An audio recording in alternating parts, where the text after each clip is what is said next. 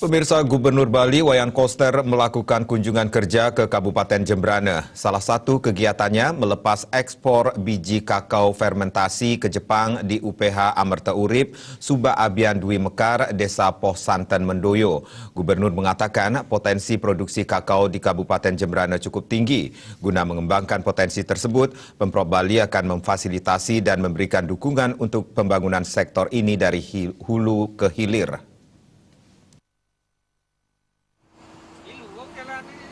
Wayan Koster menegaskan ekspor biji kakao menjadi bagian dari upaya membangun perekonomian Bali yang berbasis pertanian. Salah satu program pembangunan pertanian adalah meningkatkan produktivitas pangan, termasuk menjadi keunggulan adalah kakao. Hal ini akan terus didorong pemerintah, serta menjadikan bagian dan strategi di Bali dalam visi Nangun Satkerti Loka Bali. Ditambahkan struktur fundamental perekonomian Bali selama ini bertumpu pada pariwisata, di mana 52% lebih pertumbuhan perekonomian Bali bersumber dari pariwisata. Terlalu asyik membangun pariwisata sampai meninggalkan unsur utama perekonomian Bali yang berbasis pada pertanian. Terjadinya pandemi COVID-19 menjadi momentum untuk membenahi perekonomian di Bali dengan menyeimbangkan antara sektor pariwisata, pertanian, dan industri berbasis budaya atau branding Bali, terutama yang bersumber dari pangan dan sandang menjadi keunggulan Bali.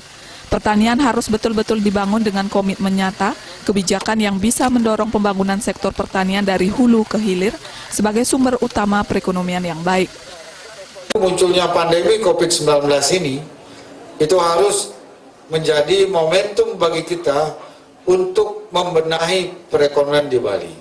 Menyeimbangkan antara sektor pariwisata, pertanian, dan industri berbasis budaya branding Bali, terutama yang bersumber dari pangan dan sandang yang menjadi keunggulan kita di Provinsi Bali ini.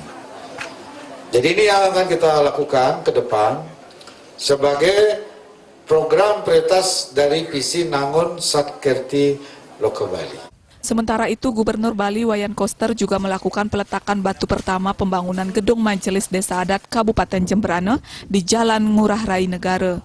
Wayan Koster mengatakan meski saat ini pandemi COVID-19 masih belum mereda, namun pemerintah Provinsi Bali tetap konsisten untuk memperkuat desa adat. Salah satunya diwujudkan dengan pembangunan gedung Majelis Desa Adat di seluruh Bali. Peletakan gedung MDA di Jembrana ini merupakan yang kedua di Bali dengan menggunakan dana bantuan CSR dari BUMN sebesar 3,2 miliar.